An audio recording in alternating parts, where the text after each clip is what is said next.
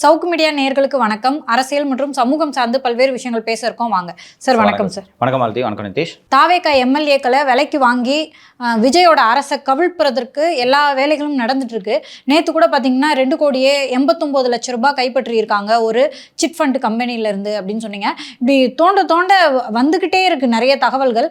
இதுலேருந்து எப்படி சார் தாவேகா ஆட்சி மீளுமா, என்ன நடக்கும்னு நினைக்கிறீங்க சார்? இந்த ஆபத்து இப்போதைக்கு நீங்காது. நான் முந்தைய நிகழ்ச்சிகளில் சொன்னது போல Vijay is fighting against an established system. ஒரு திமுகவை, ஒரு அதிமுகவை, ஒரு பாஜகவை, ஒரு காங்கிரஸை இவர் எதிர்க்கவில்லை. 60 ஆண்டுகளாக ஊறி புறையோடி போய் நிலை நின்ற ஒரு கட்டமைப்பை உடைக்கும் முயற்சியில் ஈடுபட்டு கொண்டிருக்கிறார். இதை யாரும் விரும்பவில்லை. பாமர மக்களை, சாமானியர்களை, உழைப்பாளி மக்களை தவிர வேறு யாருமே விரும்பவில்லை. இன்றைக்கெல்லாம் நல்லா இருக்குன்னு சொல்கிறாங்க. பிஸ்னஸ் பீப்புள் இதை விரும்ப மாட்டாங்க. நான் சொல்கிறேன், இந்த பிரச்சனை 96லையும் வந்துச்சு. ஒரு நிலையில்லாத ஆட்சி தொடர்ந்துட்டு இருக்கு. நாட் நிலையில்லாத ஆட்சி. I explain. பிளாக் எக்கானமி நிச்சயமாக இயங்குது. அதை நம்ம மறுக்கவே முடியாது. என்னதான் பேன் நம்பரு, வருமான வரி, அமலாக்கத்துறை இதெல்லாம் இருந்தாலும் கேஷ் எக்கானமி இயங்கத்தான் செய்கிறது. அதை ஒரு புது கவர்மெண்ட்டு அந்த பேரல் எக்கானமியை பிடிச்சி ஆட்டும்போது பலர் பாதிக்கப்படுவார்கள். 91 to 96 உங்களுக்கே நினைவு இருக்காது, உங்களுக்கே தெரியாதுன்னு நினைக்கிறேன். கூகுளில் தேடி பாருங்கள். ஏகப்பட்ட சீட்டு கம்பெனி, நிதி நிறுவனம் புற்றீசல்கள் போல் கிளம்பின. 24% வட்டி. நீங்கள் 1 லட்ச ரூபா போட்டிங்கன்னா போதும், மாதம் உங்களுக்கு அமௌண்ட்டு 22% வட்டி வீட்டுக்கு வந்துகிட்டு இருக்கோம் அப்படின்னு கணக்கு போட்டாங்க. 1 லட்ச ரூபான்னா 2000 ரூபா, 10 லட்ச ரூபானா இவ்வளோ, மாதம் வட்டி அருமையாக இருக்குதே, கொடுத்தாங்க வட்டியும். அனுபவ் ட்ரீஸ் ஃபவுண்டேஷன், இதெல்லாம் வினோதமான சதுரங்க வேட்டை டைப்பு சீட்டிங். இதெல்லாம் நீங்கள் இப்போ 20,000 ரூபா கட்டினீங்கன்னா உங்கள் பெயரில் நாங்கள் தேனி அருகே ஒரு தேக்கு மரத்தை நடுவோம். 20 ஆண்டுகள் கழித்து அந்த தேக்கு மரம் வளர்ந்து இவ்வளோ பெருசாக இருக்கும். அப்போ விற்றா தேக்கு மரம் எவ்வளோ பெருசாக போகும், அந்த காசு உங்களுக்கு அப்படியே ரிட்டர்ன் பண்ணுவாங்க. நல்லா இருக்குதுல கேட்குறதுக்கு. உண்மையிலே ஃபார்ம்லாம் வாங்கி தேக்கு மரம்லாம் நட்டாங்க, அதெல்லாம் இல்லைன்னுலாம் சொல்ல முடியாது. 20 வருஷம் உயிரோடு இருப்பேன் நீ முதல்ல. இது மாதிரி Eswari shih tzu, Ramesh cars finance, Anubhav tree foundation, இது மாதிரி நிறைய இருந்துச்சு. 96ல் ஆட்சி மாற்றம் ஏற்படும் வரை அதெல்லாம் சீராக போயிட்டு இருந்துச்சு. ஆட்சி மாற்றம் ஏற்பட்டதும் சீட்டுக்கட்டு கோபுரங்கள் போல் அத்தனையும் ஒரே நாளில் குலைந்தன. அதை நடத்தினவங்கெல்லாம் ஏமாற்றணுன்ற இன்டென்ஷனோடு நடத்தினாங்கன்ட்டு நான் குற்றம் சாட்ட விரும்பலை. ஆனால் ஆட்சி மாற்றம் ஏற்பட்ட உடனே ஒட்டுமொத்த பேரும் ஒரே நாளில் போய் அந்த துட்டு திருப்பி கொடுன்னு கேட்டாங்க. எவ்வளவு பெரிய வங்கியாக இருந்தாலும் ஒரே நாளில் மொத்த முதலீட்டாளர்களின் பணத்தை திருப்பி தர முடியாது. பட்டுன்னு எல்லா கம்பெனியும் விழுந்துச்சு. அதற்கு பிறகு நடந்தது தான் இந்த கலைமகள் சபான்ட்டு. அந்த கலைமகள் சபா, அனுபவ், இந்த வழக்குகள் இன்னும் நிலுவையில் இருக்கின்றன. இன்னும் டெபாசிட்டர்ஸ்க்கு பணம் வரல. அப்போ பணம் போட்டது எல்லாம் யாருன்னு கேட்டிங்கன்னா ஓய்வு பெற்ற அரசு ஊழியர்கள். கன்றாவியாக இருக்கும். அதாவது மொத்த பணத்தை இப்போ போட்டுறான், மாதம் வருது, இந்த பக்கெட்டு பென்ஷனு, இந்த பக்கெட்டு இந்த வட்டி, நல்லா இருக்குது அப்படின்னு போய் போட்டாங்க. மொத்தமாக போச்சு. போய் அதுக்கப்புறம் அவங்கெல்லாம் முதலீட்டாளர்கள் கூட்டம்னு பார்க்கில் எல்லாம் மீட்டிங் நடத்துவாங்க, நம்ம பணத்தை திருப்பி வாங்கணுன்ட்டு. ரூபாய்க்கு 4 தேரிச்சான்றது கூட எனக்கு தெரியல. ஸோ இது மாதிரி இந்த பிளாக் எக்கானமி மேலே அடி விழும்போது அந்த சிஸ்டம் ஜெர்க் ஆகுது. அப்போ கொலாப்ஸ் ஆக ஆரம்பிக்கும். அண்ட் இந்த பேரலல் எக்கானமியான இந்த பிளாக் எக்கானமியில் டீல் பண்ணுறவங்க எல்லாருமே பவர்ஃபுல் பீப்புள். உங்களை மாதிரி என்ன மாதிரி ஆள் கிடையாது. பெரிய பெரிய ரியல் எஸ்டேட் நடத்துபவர்கள், தங்க பிஸ்னஸில் ஈடுபடுபவர்கள், வைர பிஸ்னஸில் ஈடுபடுபவர்கள், இவர்கள்தான் இந்த பேரலல் எக்கானமியில் அதிகப்படியாக ஈடுபடுபவர்கள். ஸோ அவர்கள் இந்த சிஸ்டத்தை கவுக்க முயற்சி செய்வாங்க. இது தொடர்ந்துச்சுன்னா நம்ம பொழப்புக்கு இது ஆபத்து. என்னையா பண்ணணும்? இப்போ எம்எல்ஏ விலைக்கு வாங்குறேன், நீங்கள் இருந்தால் என் பங்குக்கு ஒரு 2 கோடி வச்சுக்க, இதெல்லாம் நடக்கும். பாசி மாதிரி தாராளமாக சொல்லலாம். ஸோ இதை விஜய் அரசு எதிர்கொண்டு தான் ஆக வேண்டும். There is no easy way. 91 to 96 government எவ்வளவு எளிதாக செல்வி ஜெயலலிதா நிர்வாகத்தின் சூட்சுமங்களை புரிந்து கொண்டார் என்பதற்கு நான் இப்போது சொல்லப்போகும் சம்பவம் ஒரு உதாரணம். அப்போதெல்லாம் இந்த கட்சித்தாவல் தடை சட்டம்லாம் இல்லை, அப்போ தான் வருது. அப்போ யார் வேணாலும் போய் மாற்றி வாக்களிக்கலாம். 1/3 இருக்கணும் அப்படின்றதெல்லாம் பின்னாளில் அதை ஒட்டி ஆகிற டெவலப்மெண்ட்ஸ். கூகுளில் JMM பிரைபரி கேஸ்ன்னு தேடிப்பார். ஜார்க்கண்ட் முக்தி மோர்ச்சா என்று நினைவு மாற்றி வாக்களித்து நரசிம்மராவ் அரசாங்கத்தை காப்பாற்றி விட்டார்கள். அதற்கு பிறகு CBI வழக்கு பதிவு செய்து அவர்கள் லாக்கர்களை போய் சோதனை செய்த போது கட்டுக்கட்டாக பணம் வாங்கி அப்படியே வச்சுட்டாங்க. ட்ரைபல் MPs துட்டை வாங்கி அப்படியே வச்சுட்டாங்க லாக்கருக்குள்ள. அப்போது நரசிம்மராவ் பிரதமராக இருக்கிறார். அவரது அரசாங்கத்தின் மீது நம்பிக்கை இல்லா தீர்மானம் கொண்டு வரப்படுகிறது. ஜெயலலிதா நம்பிக்கை இல்லா தீர்மானத்தை ஆதரித்து வாக்களிக்க முடிவு செய்து விட்டார். திடீரென்று உளவுத்துறை அதிகாரியை அழைக்கிறார். நீங்கள் உடனடியாக கிளம்பி டெல்லி செல்லுங்கள். எனது எம்பிக்களில் 3 பேர் பணத்தை வாங்கி கொண்டு நரசிம்மராவ் அரசுக்கு ஆதரவாக வாக்களிப்பதாக எனக்கு தகவல் வந்திருக்கிறது. இல்லைங்க, அதுக்கு நான் என்ன பண்ணுவோ தெரியாது. அவ்வளவு பேரையும் தமிழ்நாடு இல்லத்தில் அடையுங்கள். ஜெயலலிதா யூஸ் பண்ண word, lock them up inside Tamil Nadu house, provide them toothpaste, brush, news papers, clothes, ensure that they vote in favor of the no confidence motion என்று சொன்னது. இந்த அதிகாரியும் கூட ஒருத்தரும் கிளம்பி தமிழ்நாடு ஹவுஸ்க்கு போயிடுறாங்க. போயிட்டு 18 எம்பி அங்கே வாங்கன்னு சொல்லிடுறாங்க. வாங்கன்னு சொன்னோன்னே எல்லோரும் வந்துடுறாங்க. அப்போது பவன் ராய்னா ஐஏஎஸ், தமிழ்நாடு ஹவுஸோட ரெசிடென்ட் கமிஷனர், அவருக்கு ஒன்றுமே புரியல. என்ன சார் என்ன நடக்குது, கம்முன்னு இருங்க நீங்கள். உடனடியாக தமிழகத்துக்கு தகவல் தரப்பட்டு 36 கான்ஸ்டபிள்கள் விமானம் மூலம் டெல்லி பயணிக்கிறார். ஒவ்வொரு எம்பிக்கும் 2 கான்ஸ்டபிள். எங்கிட்டும் போகக்கூடாது, உட்காரு. எம்பிலாம் கத்தி கூப்பிட, சார் சிட்டிங் எம்பி சார், என்ன சார் அடைச்சி வைக்கிறீங்க பாருங்கள். எனக்கு இதெல்லாம் தெரியாது, மேடம் உத்தரவு, நான் செயல்படுத்துகிறேன், இந்தாங்க நம்பர், எதுவாக இருந்தாலும் மேடத்துக்கிட்ட பேசிங்க. சார் மேடத்திட்ட போய் பேச சொல்கிறீங்க, பரவாயில்ல சார் அப்படின்னு கண்ணை தொடச்சிக்கிட்ட உட்காந்துட்டாங்க. 3 பஸ்ஸு, மினி பஸ் வாடகை எடுத்து கூட கான்ஸ்டபிள்களும் ஏறிக்கிட்டாங்க. இங்கேருந்து ஏறி நேராக பார்லிமெண்ட்டில் போய் இறங்கி ஓட்டு போட்டுட்டு திருப்பி இங்கே வரும். இது போல் போய் வாக்களித்து விட்டு வந்தார்கள். இது போல் கண்காணிப்பை முதல்வர் செய்து தான் ஆக வேண்டும், வேறு வழியே இல்லை. அதிகாரிகள் தான் கையில் இருக்காங்கல்ல சார், ஒரு உத்தரவு போட்டுட்டா இதை சிறப்பாக பண்ணி முடிச்சிருவாங்கல்ல சார். இந்த அதிகாரிகள் தான் இப்போது சிறப்பாக திருநாவுக்கரசு உட்பட, விஜயன் உட்பட அத்தனை பேரையும் தூக்கியது இந்த அதிகாரிகள் தானே. அதிகாரிகள்லாம் அதுக்கு அமல்ராஜ் அவர்கள் போன்று இருக்கணும், எல்லா அதிகாரிகள் இருப்பாங்களா? அப்படியே பண்ணுறாங்க, பெரும்பாலும் பண்ணுறாங்க. அதான் கழிசடை அதிகாரிகளை எல்லாம் பயிற்சி கல்லூரிக்கு அனுப்பிவிட்டார் அல்லவா. அதனால் இனி தொல்லை இருக்காது. இந்த அதிகாரிகள் இந்த அரசு நன்றாக இருக்க வேண்டும் என்று நினைக்கிறார்கள் என்று நான் நம்புகிறேன். அதனால தான் பஸ் பண்ணி கண்டினியூஸாக அண்ட் விஜயனை விசாரணை கூப்பிட்டா என்னென்ன நடக்குன்றதுலாம் அமல்ராஜ் அவர்களுக்கு நன்றாக தெரியும். தெரிந்தும் அதை எப்படி விடுறது? வாய்ஸ் நோட் அனுப்புகிற, வாய்ஸ் நோட்டு ஆப்ரேஷன் மேகாலயாவா கூப்பிட்டு தான் விசாரிக்கிறாங்க. தொடர்ந்து தோண்டிக்கொண்டே இருக்கிறார். இப்போது ஒரு தீபம் ஃபைனான்ஸ் தான் மாட்டி இருக்கிறது. இதுபோல் நாளை சில மார்வாடிகளும் மாட்டுவார்கள். இது தோண்ட தோண்ட வந்து கொண்டே இருக்கும். இதை உறுதியாக பர்சியூ பண்ணுறதன் மூலமாக திமுகவோட இந்த எம்எல்ஏக்களை விலைக்கு வாங்கக்கூடிய இந்த திட்டத்தை முறியடிக்கும் வேலையை தினந்தோறும் செய்ய வேண்டும். அனிதா ராதாகிருஷ்ணன் பேசுகிறதுலேருந்து நீங்கள் ஹிண்ட் எடுத்துக்கலாம். 6 மாதம்தான் ஸ்டாலின் சிஎம், மீண்டும் கொளத்தூரில் போட்டியிட்டு வெல்வார் அப்படின்னு எந்த நம்பிக்கையில் சொல்கிறார் அவர்? சிபிஎம் அரசு விழாதுங்குது, பிசிகே விழாதுன்னு சொல்கிறாங்க, சிபிஐ விழாதுங்குது, முஸ்லீம் லீக் வாயை திறக்கிறது இல்லை. போய் செட்டில் ஆனவங்க தான், பொந்தில் அடைஞ்சவங்க தான் வெளிலே வரல. பல வருஷம் கழிச்சு மந்திரி சபை கிடச்சிருக்கு, கொடுத்த மந்திரி சபை பிடிங்கிற போகிறீங்க, அமைதியாக இருப்பா. அப்படி பார்த்தா அவங்க தான் சார் சரியாக இருக்காங்க, அவங்களுடைய மக்களுக்கு நேர்மையாக இருக்காங்க. நேர்மையாக இருக்காங்கன்றதெல்லாம் தாண்டி, look, your part of the government. அரசோட குரல் தான் உங்கள் குரல், உங்களுக்கு தனியாக குரல்லாம் இருக்க முடியாது. வன்னியரசு மாதிரி துருன்னு அதிக பிரசங்கித்தனமாக பேசிகிட்டு இருக்கக்கூடாது. அரசுக்கு என்ன கொள்கையோ அதுதான் உங்கள் கொள்கை. Your part of the government. ஒரு மாணிக் தாகூர் மாதிரி முன்னாடி வந்து என்ன மீறி அண்ணனை தொடுன்று, அதுதான் முறை. உங்களுக்குன்னு சுதந்திரமான கருத்து இருக்க வாய்ப்பு இல்லை. அதற்கு நீங்கள் இடதுசாரிகள் மாதிரி வெளில நின்று பேசுங்க. நான் இடதுசாரிகளை வரவேற்கிறேன். அவர்கள் வைக்கும் விமர்சனங்கள் நியாயமாக விமர்சனம் பண்ணுறாங்கப்பா, அநியாயமெல்லாம் எதுவுமே பண்ணல அவங்க. அது மாதிரி இருங்க.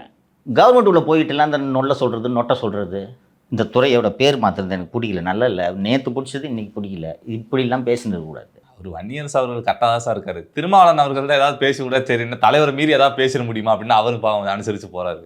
அதுக்கு சொல்கிறதுக்கு முன்னாடியே திருமாவளவன்ட்டு அண்ணே இந்த மாதிரி உங்களுக்கு கருத்து சொல்லட்டுமான்னு கேட்டுட்டு சொல்லணும். அப்போ சரின்னு இருப்பார் சார். அதுக்கப்புறம் அவர் மாற்றி சரின்னா என்ன பண்ணுறது? அதுவும் சரி தான். காலையில் பேசுறது மதியத்துக்குள்ளே மாற்றி பேசுகிறாரு அவர். அதை போய் வெளியிலே சொல்ல முடியும் வன்னியரசு அவர்கள்? ஒத்துக்கொள்கிறேன், இது நடந்திருக்கும் என்று நான் நம்புகிறேன். அப்படியா, நல்ல விஷயம் தானே. ஆமாம், சமூக நீதித்துறை பேரே நல்லா இருக்குதுப்பா அப்படின்னு சொல்லிப்பார். அப்புறம் ரவிக்குமார் போய்ட்டு என்னென்ன நீ பாட்டுக்கு இப்படி பேரை மாத்துற அப்படின்ற, இதுவும் நல்லா இருக்குதுப்பா, இன்றைக்கி சாயங்காலம் பேசுகிறேன். எட்டுப்படி நடந்து கொண்டிருக்கிறது இந்த அரசு. ஸோ இந்த தொல்லை இருந்துகிட்டு தான் இருக்கும். ஃபைட் இட் அவுட்ன்றேன். நான் நேற்றைய நிகழ்ச்சியில் சொன்னது போல் எம்ஜிஆர் அவர்களின் வரலாறு உங்களுக்கு உதாரணம். தெம்பாக நில்லுங்க. நீங்கள் பண்ணுறதை இன்னும் நன்றாக விளம்பரப்படுத்துங்கள். வெறும் விளம்பரத்திலேயே ஓடியது கடந்த கால அரசு. நீங்கள் செயல்படுகிறீர்கள், செயல்களை விளம்பரப்படுத்தி கொள்ளுங்கள். இந்த நல்லதெல்லாம் பண்ணுறோம் அப்படின்றத நீங்கள் எக்ஸ்பிளைன் பண்ணுங்கள். அண்டு இந்த கவர்மெண்ட்டு பப்ளிசிட்டி டிபார்ட்மெண்ட்டை இன்னும் ஸ்ட்ரெங்தன் பண்ணு. அதுதான் சர்வைவ் ஆகிறதுக்கு ஒரே வழி. அண்ட் நீங்கள் இந்த சிஸ்டத்தை எதிர்த்து ஃபைட் பண்ணும்போது இதை புல் டவுன் பண்ணுறதுக்கு தில் ட்ரை ஹார்ட். தொடர்ந்து பல்வேறு முயற்சிகள் நடக்கும். இது எளிதல்ல. ஆட்சிக்கு வர்றதை விட வந்த பிறகு அந்த ஆட்சியை செம்மையாக நடத்துவது எளிதான விஷயம் அல்ல. அனுதினமும் போராட்டம் தான். அதான் சார் ஒரு மீம் பார்த்தேன், Dude applied job for fun but he got selected அப்படின்னு. உண்மை. இப்போ நிறைய எலெக்ஷனில் தோற்றுருந்தாருன்னா பப்பரைக்கான பானையூரில் படுத்துருக்கலாம், ஒரு பிரச்சனையும் இல்லை. ஒரு வருஷத்துக்கு ஒரு படம் பண்ணிட்டு மன நிம்மதியாக இருந்தார். ஸோ இதில் வந்து மாட்டிக்கிட்டாரோ, கஷ்டப்படுறாரோ? கஷ்டப்படுவது போல் எனக்கு தெரியவில்லை. அவர் இதை விரும்பி செய்கிறார். கஷ்டப்படுறதா இருந்தால் எதுக்கு போய் MC ராஜா ஹாஸ்டலில் போய் இன்ஸ்பெக்ஷன் பண்ணுறாரு? மறுநாள் இதை ரெக்டிஃபை பண்ணுறதுக்கு எதுக்கு ஆர்டர் போடுறாரு? ஸோ உங்களை சந்திக்கும் போது சொன்னாருன்னு சொன்னீங்களா, மக்களுக்கு ஏதாவது பண்ணணும்னு நினைக்கிறேன். தான் அவரோட இன்டென்ஷன். அப்போ நான் நம்பலை. சரி, எல்லாரும் உருட்டுறது தான் இவரு உருட்டுறாரு என்று தான் நான் நினைத்தேன். இப்போது அவர் செயல்பாடுகளை பார்த்து நான் நம்புகிறேன். இன்னொன்று ஃபஸ்ட்டு வாட்டி பார்க்கும்போது எப்படி நம்பிக்க முடியுமா? நீங்கள் சொல்லுவீங்க, சரி இவருக்கு ஏதோ வேறு அஜெண்டா இருக்குது, நல்லது இல்லது மக்களுக்கு நன்மை என்று உருட்டுறாரு என்று தான் நினைத்தேன். இப்போ உண்மையிலேயே நன்மை செய்கிறார் என்பதை நம்புகிறேன், செயல்கள் மூலம் நம்புகிறேன். வாயில் சொல்கிறத வச்சுட்டு எப்படி நம்புறது? எல்லாரும் தான் சொல்கிறாங்க. இப்போது மு.க. ஸ்டாலின் மட்டும் நான் மக்கள் நாசமாக போகணுன்றதுக்காக தான் நான் பதவிக்கு வரேன் சொல்கிறாரு. ஸோ எல்லாரும் சொல்கிறது தான் இவரும் சொல்கிறாருன்னு நினச்சேன். செய்கிறத பார்த்துட்டு இவர் மற்றவங்கள மாதிரி இல்லைன்ட்டு நம்புகிறேன். என்னப்பா சொல்கிறதெல்லாம் செய்கிறாரு அப்படின்ற மாதிரி ஷாக்காக இருக்கா? ஸோ கஷ்டம்தான். அந்த கஷ்டத்தை அவர் விருப்பத்தோடு தான் செய்கிறார், கற்றுக்கிறாரு. ஜான் ஆரோக்கியசாமியும் கலையும் கொடுத்த ரெக்கமெண்டேஷன் எவ்வளவு பழுது என்பதை கண்டறிந்து இவங்க 2 பேருக்குமே தெரியாமல் போஸ்டிங் போடுறாரா? அவள் தான். எனக்கு தெரிஞ்சு திமுக ஆட்சியோட தாவேக ஆட்சிக்கு தான் இந்த ஃபேக்ட் செக்கிங் ரொம்ப முக்கியம்னு நினைக்கிறேன். யாராவது நிறையா வழக்குகள் வாங்கிட்டு லாஸ்ட்டு அரசுனால பாதிக்கப்பட்டு சில பேர் இருந்தாங்கன்னா அவங்களுக்குலாம் கூப்பிட்டு அந்த வேலையை கொடுக்கலாம்னு நினைக்கிறேன். உங்களுக்கு வேலை வேணும்னா ஓப்பனாக சொல்லுங்கள். எதுக்கு சுற்றி வளைச்சு? ஆமாம், இங்கேனா சனி ஞாயிறு வேலை வைக்கிறீங்க, கவர்மெண்ட் வேலை சனிக்கிழமை ஞாயிற்றுக்கிழமை லீவு, பேசாமல் ரெஸ்ட் எடுக்கலாம். நீங்கள் இந்த நிறுவனத்தின் கொத்தடிமைகள், திமுக மாதிரி. இல்லை, அவங்க உள்ள எங்களை ஒப்பிடாதீங்க. நாங்கள் கேள்வி கேட்போம் சார். இந்த அரசு கட்சியில் சேர்ந்தா எப்படி நிரந்தர கொத்தடிமையோ அது போல் நீங்கள் சேர்ந்துட்டீங்க. உங்களுக்கு விடுமுறை, விடுப்பு கால சலுகை இதெல்லாம் எதுவும் கிடையாது. நிகழ்ச்சிக்கு போகலாம் வாங்க சார். தினமலர்ல அசால்ட் எடப்பாடி அவர்கள் பற்றி ஒரு செய்தி வந்திருக்கு சார். அது என்ன, நான் படிக்கிறேன் சார். கட்சியை ஒருங்கிணைப்பேன், அதிமுக பழனிசாமி காமெடி. செய்தி தலைப்பில் முடிச்சிட்டாங்களா? அந்த காமெடியை சொல்லு.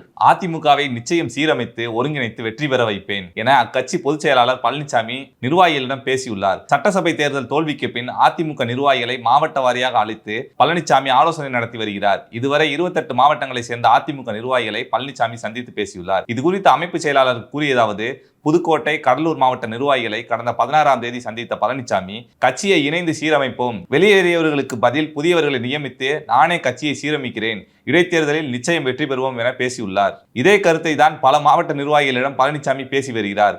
ஜெயலலிதா மறைவுக்கு பின் தினகரன், பன்னீர்செல்வம் போன்றவர்களின் வெளியேற்றத்தால் கட்சி சிதறிவிட்டது. இதற்கு காரணம் பழனிசாமி. தன் தவறை திருத்த வாய்ப்புகள் கூடி வந்த போதும் தன் பதவிக்கு ஆபத்து வந்து விடுமோ என பயந்து மறுத்துவிட்டார். இதனால் தான் ஜெயலலிதா மறைவுக்கு பின் ஒரு தேர்தலில் கூட அதிமுக வெற்றி பெறவில்லை. தற்போது சட்டசபை தேர்தல் தோல்விக்கு பின் அதிகரித்த அதிருப்தியாளர்களால் அதிமுக மீண்டும் உடையும் நிலையில் உள்ளது. எனினும் யாரையுமே அனுசரித்து செல்லும் மனநிலையில் பழனிசாமி இல்லை. ஆனால் மாவட்ட நிர்வாகிகளிடம் கட்சியை நானே ஒருங்கிணைப்பேன், சீரமைப்பேன் என பேசி வருகிறார். உண்மையில் தற்போது நடக்கும் ஆலோசனை கூட்டங்கள் கட்சியை வளர்க்கவோ சீரமைக்கவோ பயன்படவில்லை. தன் தலைமையை தக்க வைக்கவே நிர்வாகிகளை சந்திக்கிறார் பழனிசாமி. ஆலோசனை கூட்டத்துக்கு வராத நிர்வாகிகளை கண்டறிந்து செயற்குழுவை மாற்றியமைக்கவே கூட்டத்தை நடத்துகிறார். பழனிசாமி பேச்சை நம்ப நிர்வாகிகள் தயாராக இல்லை. இவ்வாறு அவர்கள் கூறினர். கடைசி பேரால தினமலரில் சொல்லியிருக்கிறது தான் இன்றைக்கி நடக்கிறது. இதுதான் சம் அண்ட் சப்ஸ்டன்ஸ். ரொம்ப அழகாக அந்த செய்தியில் பளிச்சுன்னு போட்டு உடச்சிட்டாங்க. இந்த மீட்டிங் கட்சியை பலப்படுத்துறதுக்கு இல்லை. கிருஷ்ணகிரி மாவட்டத்தில் ஆலோசனை கூட்டம். தலையை கவுண்டடு, யார் யார் வந்திருக்காங்க, சரி யார் யார் வரல, ஓகே, அவங்களுக்கு பதிலாக செயற்குழு உறுப்பினரை புதுசாக போடு, இவ்வளோ தான் ஐடியா. ஸோ இன்றைக்கி இவங்க ஒரு சேலஞ்சை இந்த ரெபல் குரூப்பு க்ரியேட் பண்ணிட்டாங்க. இந்த சேலஞ்சை எப்படி உடைக்கிறது? பொதுக்குழு கூட்டணுன்னு தானே அவங்க கோரிக்கை வச்சாங்க. பொதுக்குழுவில் பூரா என்னுடைய ஜால்ராக்களை வைத்து நிரப்பி பொதுக்குழுவை கூட்டி மீண்டும் எடப்பாடி பழனிசாமி பொதுச் செயலாளர்னு தேர்ந்தெடுத்து அந்த ரெபல் குரூப் என்ன பேசும்? உங்கள்கிட்ட இன்றைக்கி எஞ்சி இருக்கிற ஒரே கோரிக்கை பொதுக்குழுவை கூட்டு என்பது. பொதுக்குழு கூட்டி வச்சா தான் தேர்ந்தெடுத்துட்டாங்கல்ல, அவ்வளோதான், முடிஞ்சு போச்சு, போங்க. இதுக்கு தான் இந்த ஆலோசனை கூட்டமே நடத்துது. இந்த ஆலோசனை கூட்டத்தில் அந்த தஞ்சை மாவட்ட ஆலோசனை கூட்டம் என்று நினைவு. ஆமாம், தஞ்சையில் டிடிவி தினகரனை சேர்த்துக்கலாம் கட்சியில் அப்படின்னு சொல்லும்போது என்ன சொன்னார் இவர்? உலகத்தில் யாருக்கும் தெரியாத ஒரு உண்மையை சொன்னார். அவர் வேற கட்சியில் பொதுச் செயலாளர் இருக்கார், யாருக்குமே தெரியாது, அது சொன்னவனுக்கும் தெரியாது. உண்மையிலே உங்களுக்கு கட்சி நல்லா இருக்கணும், எல்லாரையும் சேர்க்கணும்னு சொன்னால் ஏன்பா சொல்கிற அப்படின்னு கேட்டால் அவர் விலைக்கு சொல்லியிருப்பார். ஆனால் இந்த காரணம் என்ன அப்படின்னு சொல்லியிருப்பார். சரிப்பா பரிசீலிக்கிறோன்னு சொல்லிடலாம். அங்கேயே முடிச்சிட்டிங்க. கட்சியை கலைச்சிட்டு வந்தால் சேர்த்துப்பீங்களா? இப்போது அது இணைப்பாக தானே இருக்கும். டிடிவி தினகரன் வருவதற்கு எனக்கு சம்மதம் என்று அவர் தெரிவித்து விட்டால் அமமுகவை அதிமுகவோடு இணைக்கப் போகிறார் டிடிவி தினகரன், இல்லையா? நான் அங்கிட்டு ஒரு போஸ்ட் வாங்கிட்டு இங்கேயும் இதை நடத்துகிறேன்ட்டு அவர் சொல்ல போகிறது இல்லை. அந்த அளவுக்கு அவர் அரசியல் தெரியாதவர் அல்ல. அந்த டாப்பிக்கை நீங்கள் ஓப்பன் பண்ண மாட்டேங்கிறீங்க. அப்போ உங்கள் நோக்கம் ஆலோசனை பண்ணி கட்சியை பலப்படுத்துறது இல்லை.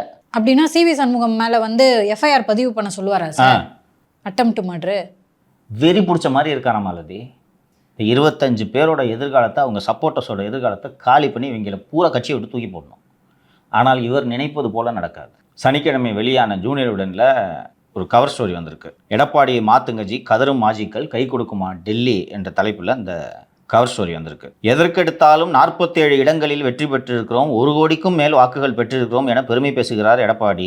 அந்த வாக்குகள் எல்லாம் இரட்டை இலை சின்னத்தின் மீதான விசுவாசத்தில் கிடைத்தவை, எடப்பாடியின் தலைமைக்கு விழுந்த வாக்குகள் அல்ல. சின்னம் இல்லாவிட்டால் எடப்பாடி கட்சியில் ஒன்றுமே கிடையாது. இது முழுக்க முழுக்க உண்மை என்று நான் புரிந்து கொள்கிறேன். எடப்பாடியோட செல்வாக்குக்காக வாக்குகள் விழுந்திருந்தால் அவர் இன்று எதிர்க்கட்சி தலைவராக குறைந்தபட்சம் இருக்க வேண்டும் என்று தான் நான் புரிந்து கொள்வேன். ஏனென்றால் கடுமையான அதிருப்தி திமுக மீது. அப்போ அவருக்கு பதில் இவர் என்று மக்கள் தேர்ந்தெடுத்திருக்க வேண்டும். அது எடப்பாடிக்கு விழுந்த வாக்குகள். அவருக்கு பதில் இவர் அல்ல அவர் என்று மக்கள் முடிவெடுத்ததற்கான காரணம் எடப்பாடியை தலைவராக ஏற்றுக்கொள்ள மக்கள் தயாராக இல்லை. அதிமுக தொண்டர்கள் ஏற்றுக்கொண்டு விட்டார்கள். நீங்கள் ஒரு வருஷம் முன்னாடி செய்திகளை பார்த்தீர்கள் என்றால் அது வந்திருக்கும். 2 கோடி உறுப்பினர்களை சேர்த்து விட்டோம்னா அறிவிச்சாரா? உங்கள் கட்சிக்காரன் போட்டிருந்தாலும் இன்றைக்கி செய்ய மாட்டேன் நீ. அப்போ உங்கள் கட்சிக்காரங்களே போடல. ஒருவேளை அதிமுக பொதுச் செயலாளர் பொறுப்பிலிருந்து இறங்க எடப்பாடி மறுத்தால் இரட்டை இலை சின்னத்தை முடக்கவும் மாஜிக்கலால் கோரிக்கையாக வைக்கப்பட்டிருக்கிறது. நான் வேலுமணியாக தான் அதான் கோரிக்கை வைப்பேன். இரட்டை இலை வச்சுக்கிட்டு தான் தள்ளு ஆடிட்டு இருக்காரு, முடக்குங்க ஜி. பட் பைலா படி டெல்லியால் அதை செய்ய முடியுமாங்க சார்? எப்படி செய்ய முடியுமோ என்று சொல்கிறேன். ஆர்வமாகறீங்க. ஆமாம், என்ன அட்டெம்ப்ட் மர்டர் கேஸ் போட சொல்லியிருக்காரு, நீ பாட்டுக்கு அமைதியாக இருக்கீங்க. என்னங்க பண்ணணும்? நாங்கள் தான் உண்மையான அதிமுகன்னு ஒரு 10 பேர் சேர்ந்து பெட்டிஷன் கொடுங்க தேர்தல் ஆணையத்தில். இல்லை இந்த நேரத்தில் தேர்தல் ஆணையம் எப்படி தலையிடும்? இடைத்தேர்தல் வருது இல்லை, எங்கே வரலையே, நீ போய் பெட்டிஷன் கூட இடைத்தேர்தலை வர வைக்கிறேன். அப்போ என்னங்க பண்ண போகிறீங்க? நீ பெட்டிஷனை பெட்டிஷனை கொடுத்ததும் ஞானேஷ்குமார் தலைமையிலான தேர்தல் ஆணையம் விசாரித்து 2 தரப்புக்கும் சம பங்கு பலம் இருக்கிறது. ஆனால் 2 பேருக்கும் இரட்டை இலை இல்லை. ஒரு இலை பிச்சை வேணா 2 பேருக்கும் ஆளுக்கு ஒரு ஒற்றை இலை வெற்றிலை போட்டு வாயில மென்னுக்குங்க. அது மெல்றதுக்கு தான் சின்னமாக கிடைக்காது. சின்னலாம் இல்லை, வெற்றி இலை. அது பேரை சுண்ணாம்பு நீ தான் வாங்கிக்கணும். கொட்டைப்பாக்கு சுண்ணாம்புலாம் அதையும் தேர்தல் ஆணையமாக கொடுக்கணும்லாம் எதிர்பார்த்துட்டு கூடாது நீ. புரியுதா? சரி சார், இப்போ ஓகே ரெட்டலையை முடக்கிட்டாங்க, இவருக்கு வெற்றின்றதே தேவையில்லையா? அந்த கட்சியோட அமைப்பு தான் வேணும் சொத்தை பாதுகாக்கிறதுக்கு. மீண்டும் ஒரு தோல்வியை சந்தித்தால் இரட்டை இலை சின்னத்தை முடக்க வழிவகுத்த எடப்பாடி பழனிசாமியை பொதுச் செயலாளர் பதவியிலிருந்து நீக்க வேண்டும்னு அன்னைக்கு பேசுறது எடுபடுமா? பன்னீர்செல்வத்துக்கு போதுமான ஆதரவு இல்லாததால் தானே அவர் தேராமல் நீதிமன்றத்தில் கட்சி நடத்தி கொண்டிருந்தார். கட்சியை வீதிகளில் நடத்த வேண்டும். இப்போ ஒரு வலுவான சேலஞ்ச், அதுவும் ரெட்டலையும் போச்சுன்னா அதுக்கப்புறம் எதுக்கு எடப்பாடி பின்னாடி சுட்டிட்டு எதுக்கு சுற்றணும்? ஒரு மாபெரும் ஆளுமை என்பதால. அப்புறம் அடுத்தது மிதுன தலைவராகத்துக்கு சொல்லுவீங்க, தேவை எனக்கு இது. ஆனால் புது பொதுச் செயலாளர் மிதுனா அப்படின்லாம் கூட ஸ்டோரி வந்திருக்கு போல இருக்கேன். சொல்லிங்களா? பழைய வழக்குகளை தூசு தட்டி எடப்பாடி பழனிசாமிக்கு நெருக்கடி கொடுக்கவும் ஆலோசனை அளிக்கப்பட்டிருக்கிறது. இதையெல்லாம் கேட்டுக்கொண்டு சென்றிருக்கிறது சிபி ராதாகிருஷ்ணனின் டீம். டெல்லி சொல்ல போகும் பதிலில் தான் அதிமுகவின் எதிர்காலமே அடங்கியிருக்கிறது. இது பற்றி டெல்லியில் பேசும்போது எடப்பாடி மீதும் தமிழக பாஜக சீனியர்கள் மீதும் கடும் வருத்தத்தில் இருக்கிறது டெல்லி. 2026 சட்டமன்ற தேர்தலில் பாஜக கேட்ட தொகுதிகளின் எண்ணிக்கையை குறைத்ததோடு வெற்றி வாய்ப்பே இல்லாத தொகுதிகளை கொடுத்து விட்டார் எடப்பாடி. டெல்லிக்கு சென்ற அண்ணாமலை இது குறித்து உள்துறை அமைச்சர் அமித்ஷாவிடம் விளக்கிய போது டெல்லி உஷாராகவில்லை. ரிசல்ட் வந்த பின்னர் தான் சூழ்ச்சிகள் புரிந்தன. தங்களை நம்ப வைத்து எடப்பாடி ஏமாற்றி விட்டதாக தேர்தல் பொறுப்பாளரான மத்திய அமைச்சர் பியூஷ் கோயல் கடும் கொதிப்பில் இருக்கிறார். அவரிடம்தான் தங்கமணியும் வேலுமணியும் தொடர்ந்து பேசிக் கொண்டிருக்கிறார்கள். இது உண்மை. எடப்பாடி சொல்லிட்டு இருக்கார்ல, டெல்லியில் பேசிட்டேன். நான் ஏற்கனவே சொன்னது போல டெல்லியில் பானிபூரி விற்பவனிடம் யாரோ ஒருவரிடம் பேசியிருக்கிறார். இவங்க 2 பேர் தான் பியூஷ் கோயல்கிட்ட பேசிட்டு இருக்காங்க. 2029 நாடாளுமன்ற தேர்தலில் கோட்டை விட டெல்லி பாஜக மேலிடம் விரும்பவில்லை. அதிமுக பொதுச் செயலாளராக எடப்பாடி தொடர்வதில் தங்களுக்கு எந்த லாபமும் இல்லை என்று அமித்ஷாவுமே ஒரு முடிவுக்கு வந்திருக்கிறார். ஆனால் தொகுதி மறுவரை மசோதாவை நிறைவேற்றுவதில் அவர் முழு கவனத்தோடு இருப்பதால் அதிமுக விவகாரத்தில் முடிவெடுக்க இப்போதைக்கு அவருக்கு நேரமில்லை. தமிழக அரசியலும் அவருக்கு இன்னும் கைவசப்படவில்லை. எந்த முடிவை எடுப்பது என புரியாமல் குழம்பி போயிருக்கிறார். ஆனால் கண்டிப்பாக ஒரு மாற்றம் இருக்கும். அந்த மாற்றம் வருவதற்கு சில மாதங்கள் பிடிக்கலாம் அப்படின்னு அந்த டெல்லி பாஜக சோர்சஸ் சொன்னதாக விகடனில் வந்திருக்கிறது. இந்த மூடில் தான் டெல்லி இருக்குது. ஃபஸ்ட்டு இந்த விஜய் ஃபினாமினன் அவர்களும் எதிர்பார்க்கவில்லை. இந்த விஜய் ஃபினாமினனை நாங்கள் எதிர்பார்க்கல, நாங்கள் டெல்லியில் இருக்கோம், நீ அங்கே பக்கத்துலேயே உட்காந்துக்கிட்டு இதை எதிர்பார்க்காம அது ஒன்றும் இல்லைங்க 5% மேலே தாண்டாது தம்பின்ட்டு இதே உருட்டி நீ முட்டு சந்துக்கு போனது இல்லாமல் எங்களையும் முட்டு சந்துக்கு கூட்டு போய் விட்டுட்டேன்ட்டு டெல்லி கருதுவது உண்மை. கூட்டணிக்கலாம்னு சொன்னாப்பெல்லாம் அவங்க கூட்டணிலாம் தேவையில்லைங்க, நம்மளே அசால்ட்டை ஜெயிக்கலாம். பிப்ரவரி மாதம் வரைக்கும் பேச்சுவார்த்தை நடந்துச்சு தம்பி. டெல்லியிலேருந்து பேசினாங்க. அதெல்லாம் ஒன்றும் இல்லைங்க 5% தாண்டாதுங்க என்று சொன்னதும் சரியா, நாங்கள் இந்த பெங்காலை பார்க்குறோம், அங்கே ஒரு பெரிய சோழி இருக்குது என்று அவர்கள் அங்கே கவனம் செலுத்தியதால் இது பெரிய அளவில் தமிழகத்தில் அவர்கள் கவனம் செலுத்தவில்லை. இப்போ ரிசல்ட்டுக்கெல்லாம் பிறகு இப்போ பாருங்கள், நான் 47 இடங்களில் வெற்றி பெற்றிருக்கிறேன் என்று சொல்வதை அவர்கள் எப்படி ரசிப்பார்கள்? அதனால் அதிமுகவுக்கு இனி எதிர்காலம் இல்லை என்பதை மீண்டும் ஒரு முறை வலியுறுத்தி சொல்கிறேன். தேராது, it is reach its expiry point. நான் சொல்கிறதுல மாற்று கருத்து இருந்தால் நீங்கள் சொல்லுங்கள். அந்த நல்ல கட்சி அது நல்லா இருக்கணுன்றது தான் எனக்கும் எண்ணம். ஆனால் இன்றைக்கு அதை எப்படி ரிவைவ் பண்ணுறதுன்னு நீங்களே ஐடியா சொல்லுங்கள். இல்லை பொதுச் செயலாளர் மாற்றிட்டா மாறிடுச்சு சார். டிடிவி தினகரன் கிட்ட கொடுத்துடலாம் சார். இப்போது டிஎம்கே இந்த ட்ரெண்டை புரிஞ்சுக்கிட்டாங்க. அதாவது இளைஞர்கள் தான் இனி அரசியலை தீர்மானிக்கப் போகிறார்கள் என்பதை புரிந்து கொண்டு குறைந்தபட்சம் ஒரு யங் பிளட்டை இன்ஃப்யூஸ் பண்ணணுன்றதில் அவர்கள் தீர்மானமாக இருக்கிறார்கள். அதை புரிந்து கொண்டு இப்போ அடுத்த ரீஸ்ட்ரக்சரிங்கில் பார்ட்டி ஆல்மோஸ்ட் உதயநிதிக்கிட்ட ஹேண்ட் ஓவர் பண்ணிவிட்டு யங்ஸ்டர்ஸை சீனியர் பொசிஷனுக்கு கொண்டு வரணுன்ற முடிவு எடுத்திருக்காங்க. வாரத்துக்கு 40 பேரை நீக்கிறாரு கட்சியை விட்டு. இந்த யங்ஸ்டர்ஸு நாம் முன்னெடுப்பு நடத்தலாம், அவங்க டிஎம்கேல ஜென்சி பண்ணுறாங்க, நம்ம பண்ணலான்னு சொன்னால் அதை கூப்பிட்டு கலைச்சி விட்டார்.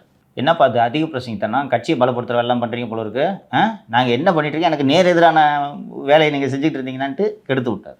இந்த மாவட்டந்தோறும் ஆய்வு கூட்டங்கள் என்பது கூப்பிட்டு உட்கார வச்சா அட்டண்டன்ஸ் செக் பண்ணுறதுக்கு தான், வேறு எதுவும் இல்லை. ஏன் வந்திருக்கேன் அவன் வரலன்றதுக்கு தான்.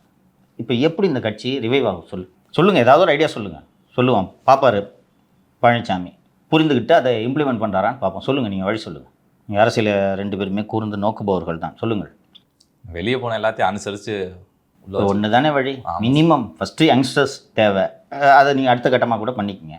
யாரையுமே சேர்க்க மாட்டேன்னு நீ எப்படி ரிவைவ் பண்ண போகிற? இதில் வேறு இன்னும் 1 வருஷத்தில் தேர்தல் வந்துடும், டெல்லியில் பேசிட்டேன், அடுத்து நம்ம ஆட்சி தான்.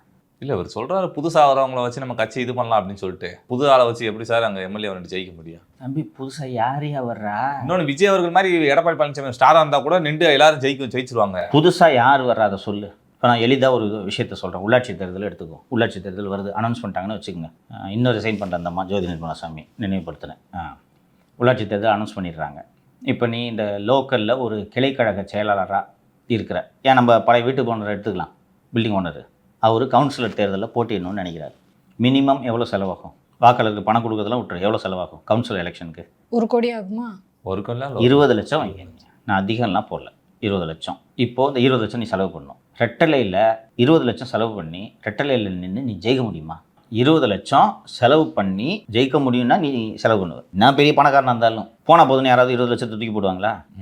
போனால் போதுன்னு 20 லட்சத்தை தூக்கி போடுற நிலைமையில் இருக்கிறவன் கவுன்சிலர் எலெக்ஷனுக்கு போட்டி போட மாட்டான். கரெக்டாக இப்போ ஒரு முன்னாள் மந்திரி பண்ணலாம், தூக்கி போடலாம், இந்தப்போ வச்சுப்பா 20 லட்சம்ன்ட்டு. ஆனால் அவர் கவுன்சிலர் எலெக்ஷனுக்கு வருவாரா? சரி, அப்படி நான் போட்டி இல்லை, என்னோட ஆதரவாளர்கள் ஒரு 10 பேரை கவுன்சிலர் எலெக்ஷனில் நிற்க வச்சு ஜெயிக்க வைக்கிறேன்ட்டு தலைக்கு 20 லட்ச ரூபாயை எந்த முன்னாள் அதிமுக அமைச்சர் என்று செலவு செய்வார்? அதுக்கு ஆள் இல்லை. அப்போது எந்த தைரியத்தில் ஒரு கிளைக்கழக செயலாளர் 20 லட்சம் செலவு பண்ணி போட்டி போடுவாங்க? பேருக்கு போட்டி போடுவாங்க, செலவே பண்ண மாட்டாங்க, கேம்பெயினே பண்ண மாட்டாங்க. கரெக்டாக?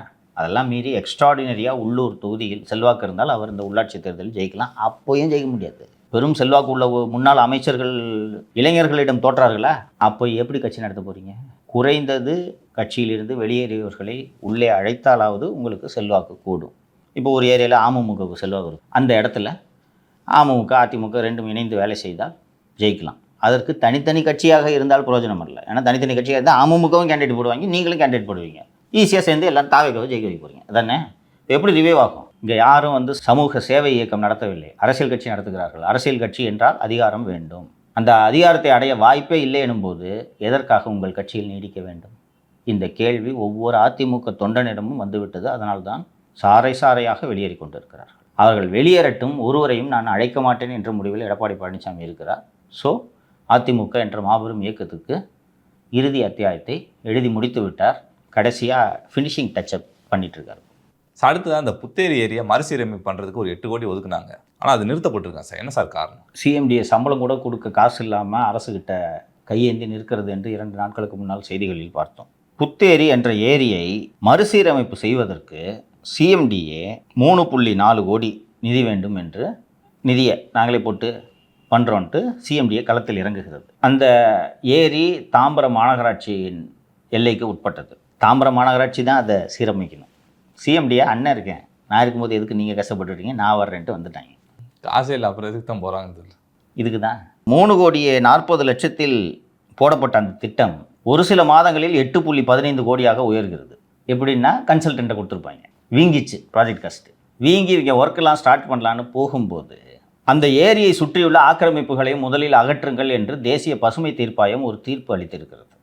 அந்த வழக்கு நிலுவையில் இருக்கும் விவரமோ அந்த தீர்ப்பு இருக்கும் விவரத்தையோ கணக்கில் எடுக்காமல் சிஎம்டிஏ 8.15 கோடியை ஒதுக்கி திட்டத்தையே தொடங்கிவிட்டது. இப்போ சிஎம்டிஏ எப்படி திவாலை உட்காந்துருக்குன்னு தெரியுதா? ஒரு கிரீன் ட்ரிபியூனலு அந்த ஆக்கிரமிப்பை அகற்றிவிட்டு தான் இந்த புதுப்பிக்கும் பணியை, சீரமைக்கும் பணியை ஏன் செய்ய வேண்டும் என்றால், இந்த ஏரி கரையில் ஒரு 10 பேர் வீடு கட்டியிருப்பான். அந்த வீட்டெல்லாம் இஷ்டு தான் நீ ஏரியை செம்மைப்படுத்துகிற வேலையை செய்யணும். அந்த வீட்டை அப்படியே விட்டுட்டு நீங்கள் அந்த இடத்துல ஏரியை செம்மைப்படுத்துகிற வேலையை செஞ்சீங்கன்னா அந்த வீடு நிரந்தரமாயிடும் இல்லையா? அந்த வீட்டை விட்டுட்டு நீங்கள் சீரமைப்பு பணியை செய்வீங்க. அது ஒருவேளை அப்படி பண்ணலைன்னா அது பாட்டுக்கு அப்படியே இருந்துட்டு போட்டு அப்புறம் எதுக்கு மறுபடியும் எதுக்கு சீரமைக்கிறது? 52 ஏக்கர் அந்த ஏரி ஆக்கிரமிப்பில் இருக்கிறது. டேவிட் மனோகர் என்பவர் இது தொடர்பாக செப்டம்பர் 2025 இந்த ஆக்கிரமிப்புகளை அகற்றாமல் சிஎம்டி இந்த பணிகளை தொடங்குகிறது, இதை நிறுத்துங்கள் என்று மனு அனுப்பியிருக்கிறார். கடந்த அரசை பற்றி சொல்ல வேண்டியதில்லை. இது என்னென்னா, ஒரு கவர்மெண்ட் டிபார்ட்மெண்ட்டு, அந்த கவர்மெண்ட் டிபார்ட்மெண்ட்டு தான் அந்த கோர்ட்டு பெட்டிஷனில், ட்ரிபியூனல் பெட்டிஷனில் பார்ட்டியாக இருக்க போகுது. கோர்ட்டு இப்படி ஒரு உத்தரவு போட்டிருக்கு. அந்த உத்தரவை காதிலே வாங்கிக்காமல் 8,40,00,000 நீங்கள் இந்த இதுக்கு ஒதுக்குறீங்கன்னா அதை பில்லு போட்டு எடுத்துருப்பாங்க. 2 புல்டோசரை விட்டு போய் அங்கே நிற்க வச்சு ஃபோட்டோ எடுத்துகிட்டு ஏரியை தூர் வரணும் 8 கோடி செலவு வச்சுட்டுருவாங்க. இப்படி தான்ப்பா நடக்கும். ஸோ எப்படியெல்லாம் சேகர் பாபு தின்று கொழுத்தார் என்பதற்கு இந்த புத்தேரி விவகாரம் ஒரு உதாரணம். சார், நேற்று தினமலரில் வீட்டுமனை விவகாரம் கருணாநிதி பாதுகாவலர் மீதான வழக்கு ரத்து அப்படின்னு சொல்லிட்டு ஒரு செய்தி வந்துச்சு. இது என்ன சார் வழக்கு, எதுக்காக சார் ரத்து செய்யப்பட்டிருக்கு? அந்த செய்தியிலேயே குறிப்பிட்டிருக்காங்க, 2008 கருணாநிதியின் பாதுகாவலர்களாக இருந்தவர்களுக்கு வீட்டுமனை ஒதுக்கீடு செய்யப்பட்டது அப்படின்ட்டு. கருணாநிதிக்கு 3 செக்யூரிட்டி ஆஃபீஸர்ஸ், பாண்டியன், கணேசன், வினோதகன், இவங்க 3 பேருக்கும் சென்னை முகப்பேரில் ஒரு கிரவுண்டுக்கு கொஞ்சம் அதிகம் இடம் ஒதுக்குறாங்க. நான் பிரேக் பண்ண ஃபஸ்ட்டு ஸ்கேம் இது. சர்வீஸில் இருக்கும்போதே பிரேக் பண்ணிட்டேன். அங்கே போய் அந்த முகப்பேரில் வீடுன்னு மட்டும் தெரிஞ்சிச்சு. போய் ஒரு ஞாயிற்றுக்கிழமை பூரா அலைஞ்சேன். பிளாட் நம்பர் இருக்காது, காலி மனையில் எப்படி இவங்களோடதுன்னு கண்டுபிடிப்பேன். அங்கே போய் ஒரு நாள் செலவு பண்ணி அங்கேருந்து ஒரு செக்யூரிட்டியை பிடிச்சி, இங்கே தாங்க போலீஸ் ஜீப் 2-3 வாட்டி வந்து நின்றுட்டு இருந்துச்சுன்னு சொன்னோன்னே இதுதான்னு கண்டுபிடிச்சி, அப்போது மக்கள் தொலைக்காட்சியுமே ஒரு ரொம்ப பிரபலமாக செயல்பட்டு கொண்டுட்டு இருக்கோம். அவங்கக்கிட்ட இந்த நியூஸை கொடுத்து அப்புறம் அவங்க போய் விஷுவல்ஸ் எடுத்து நான் பிரேக் பண்ண ஃபஸ்ட்டு ஸ்கேம் என்னென்னா, கலைஞரோட செக்யூரிட்டி ஆஃபீஸர் இவங்க 3 பேரும் அந்த வண்டி தள்ளிட்டு போவாங்க 3 பேரும். இவங்க செக்யூரிட்டி ஆஃபீஸர்ன்றதுனால இவர் என்ன பண்ணுறாரு, அப்பழுக்கற்ற அரசு ஊழியர்ன்ற அடிப்படையில் இவங்க 3 பேருக்கும் ஆளுக்கு ஒரு கிரவுண்டு கொடுத்துறாரு. அந்த பிளாட்டோட விலை, memory is right, 80 lakhs. 80 lakhs எப்படி ஒரு இன்ஸ்பெக்டர்கிட்ட இருக்கும் வாங்குறதுக்கு? ஸோ கவர்மெண்ட் ஒரு ஜியோ போடுது 3 பேருக்கும் பிளாட் அப்படின்ட்டு. இந்த ஜியோவை வச்சு கைமாற்றி விட்றாங்க. 80 lakhs கவர்மெண்ட் கொடுக்குது, இவங்க 1,20,00,000 அதை விற்கிறாங்க. ஒன்றுமே பண்ணாமல் 40 லட்ச ரூபா லாபம். எதுவுமே பண்ண வேண்டியதில்லை. இதில் தான் ஃபஸ்ட்டு ஸ்கேம் ஆரம்பிக்குது, ஃபஸ்ட்டு பஞ்சாயத்து ஆரம்பிக்குது. அப்போது ஓய்வு பெற்ற டிஜிபி ஏகே விஸ்வநாதன் உளவுத்துறையின் டிஐஜியாக இருக்கிறார். ஸோ அரசு ஊழியர்கள் இந்த மாதிரி டிரான்சாக்ஷனில் ஈடுபட்டால் அவங்க எழுதி அனுமதி வாங்கணும் இல்லையா? அது மாதிரி இவங்க 3 பேரும் எழுதுறாங்க. நாங்கள் இந்த மாதிரிங்க கைமாற்றி விட்டு எங்களுக்கு 40 லட்சம் வருதுன்னு. அவர் இது எப்படி, இது ஒன்றை காசு இல்லை, ஒரு ஜீவோ வச்சுக்கிட்டு நீ சேல் அக்ரிமெண்ட் போட்டேன்னா இது எப்படி, நான் கையெழுத்து போட மாட்டேன் என்று சொன்னதும் அப்போது ஜாஃபர் சேட்ட ஐஜி இன்டெலிஜென்ஸ் அவர், நீ கையெழுத்து போடலன்னா என்ன, இந்த டிரான்சாக்ஷனை பதிவு செய்யும் அதிகாரம் இன்று முதல் டிஐஜியிடமிருந்து ஐஜிக்கு மாற்றப்படுகிறது. அது ஏன் இந்த 3 இன்ஸ்பெக்டருக்கும் ஒரு ஐஜி ஆதரவு தருகிறார் என்றால், இவர்கள் 3 பேரும் ஐஜியின் உளவாளிகள். கருணாநிதி வீட்டில் என்ன நடக்கிறது, ஐயா இன்றைக்கி இவர் பார்க்க வந்தாருங்க, 20 நிமிஷம் பேசினாருங்க, அரை சக்கரை போட்டு ஒரு டீ கேட்டாருங்க, பக்கத்தில் நின்று கேட்டாங்க, இந்த மாதிரி பேசிகிட்டு இருந்தாருங்க, சரியாக காது கேட்கல, கத்தி பேசுன்னு சொன்னாருங்க, ஐயா நேற்று காலையில் அழகிரி வந்தாருங்க, ஒரே சண்டைங்க, வண்டி பிடிச்சி தள்ளி விட்டாருங்க. இதெல்லாம் தெரிஞ்சுக்கிட்டு ஸ்டேட்டையே கட்டுப்பாட்டில் வச்சுருந்தாரு ஜாஃபர். அப்போ நான் பிரேக் பண்ண ஃபஸ்ட்டு ஸ்கேம் ஆர்டிஐ போட்டு இந்த ஜியோவை எடுத்து ஜாஃபர் சேட்டி அவர் மகள் பேரில் வாங்குகிறார். ஜாஃபர் சேட்டி அவங்களே வாங்கிக்கிறாங்க. அவரே வாங்கினார். அவரோட பொண்ணு காலேஜ் படிக்குது, ஃபஸ்ட் இயர். 1,20,00,000 அது பணம் கட்டி ஹவுசிங் போர்ட்டில் லேண்ட் வாங்குது. என்ன கணக்கு இது? இதை நான் ஜாஃபர் சேட்டு மீது லஞ்ச ஒழிப்புத் துறையில் நான் அளித்த புகாரில் அவர் மீது வழக்கு பதிவு செய்யப்பட்டு, அவர் மனைவி மீது வழக்கு பதிவு செய்யப்பட்டு, இவர்கள் 3 பேர் மீதும் வழக்கு பதிவு செய்யப்பட்டது. அந்த வழக்கை நேற்றைக்கு முன்தினம் உயர்நீதிமன்றம் ரத்து செய்திருக்கிறது. அந்த வழக்கு தான் இது. இதெல்லாம் ஒரு வழக்கா என்று உயர்நீதிமன்றம் தூக்கி போட்டு விட்டது. அவங்களுக்கு என்னன்னா, திமுக 2000 கோடி வாங்கியிருக்காங்க, இது என்ன ஒரு வழக்கு, போயிட்டு வாங்க. முதல்வர் விஜய் அவர்கள் சட்டப்பேரவையில் சொல்லியிருந்தார் சார், தொடவு விட மாட்டேன், தொட்டவனி விட மாட்டேன்னு சொல்லியிருந்தார். சரி, தாவேக அரசு ஆட்சிக்கு வந்துருச்சு, சரி பழைய ஊழல்கள் எல்லாத்தையும் வந்து விசாரித்து அவங்களுக்கு தண்டனை வாங்கி கொடுப்பாங்க அப்படின்னு சொல்லிட்டு எதிர்பார்த்துட்டு இருந்தான். நேற்றைக்கு தினமலரில் ஒரு செய்தி வந்திருக்கு சார், தாவேக அரசால் கிடப்பில் போடப்பட்ட மருத்துவத்துறை ஊழல் குற்றச்சாட்டுகள் அப்படின்னு சொல்லிட்டு. விஜயபாஸ்கர் அவர்கள் தாவேக்கரை சேர்ந்தோடனே அதை ஃபுல்லாக அப்படி கிடப்பில் போட்டாங்களா சார்? ஏன்னா ஒருவேளை அது வால் பிடிச்சி போனால் அது திரு விஜயபாஸ்கர் அவர்கிட்ட போய் நிற்கலாம் அப்படின்றதுனால கிடப்பில் போட்ட மாதிரி சொல்கிறாங்க. அது மட்டுமல்ல, அந்த செய்தியிலேயே கூடுதலாக இருக்கக்கூடிய இன்னொரு செய்தி, அதிமுக ஆட்சியில் எப்படி சுகாதாரத்துறையில் பெரும் ஊழல்கள் நடைபெற்றதோ அதை விட அதிகமாக திமுக ஆட்சியில் சுகாதாரத்துறையில் ஊழல்கள் நடைபெற்றன. அந்த துறையில் கிட்டத்தட்ட 3 ஆண்டுகள் செயலராக இருந்தவர் தான் இப்போது முதல்வரின் செயலாளர். செந்தில்குமார் ஐஏஎஸ். ஏடிஎம்கே ஆட்சியில் நடந்த சுகாதாரத்துறை ஊழலை விசாரிக்கலான்னா குட்காவை சேர்த்து வச்சுருக்கிறீங்க. திமுக ஆட்சியில் நடந்த சுகாதாரத்துறை ஊழலை விசாரிக்கலான்னா செந்தில்குமார் செக்ரட்டரி 1. இப்போ எப்படியா விசாரிப்பாங்க என்ற கேள்வியை தினமலர் எழுப்பியிருக்கிறது. மிக மிக நியாயமான கேள்வி. எனக்கும் இந்த சந்தேகம் இருந்தது. நிறைய ஐஏஎஸ் ஆஃபீஸர்ஸ் இருக்காங்க. யாரை வேண்டுமானாலும் முதல்வர் தனது செயலாளராக நியமித்து கொள்ளலாம். ஏன் செந்தில்குமாரை தூக்கி செக்ரட்டரியாக போட்டாங்கன்றது எனக்கு உள்ளபடியே புரியவில்லை. அந்த ஃபார்மசூட்டிக்கல் காலேஜ் அப்ரூவலுக்கு ஒருத்தர் பார்த்தேன்னு சொல்லிட்டு நான் சொன்னேன்ல, இது போல் எத்தனை கல்லூரிகளுக்கு அனுமதி கொடுக்கப்பட்டிருக்கிறது, எத்தனை லஞ்சம் வாங்கப்பட்டிருக்கிறது தெரியுமா? இவர் தானே செக்ரட்டரி, இவர் தானே கைது போட்டிருப்பாரு. அவர் நீங்கள் நாளைக்கே டிஸ்மிஸ் பண்ணுங்கன்னுலாம் சொல்லல. அவர் தூக்கி என் பக்கத்தில் உட்கார வச்சுட்ருக்கீங்க. இப்போது அந்த பீரியடில் நடந்த ஒரு ஊழலுக்கு விசாரணை உத்தரவிட வேண்டும் என்றால் அந்த கோப்பு செந்தில்குமார் மூலமாக தான் முதல்வருக்கு போக வேண்டும். என்ன லாஜிக்? என்ன விசாரணை நடத்த போகிறீங்க நீங்கள்?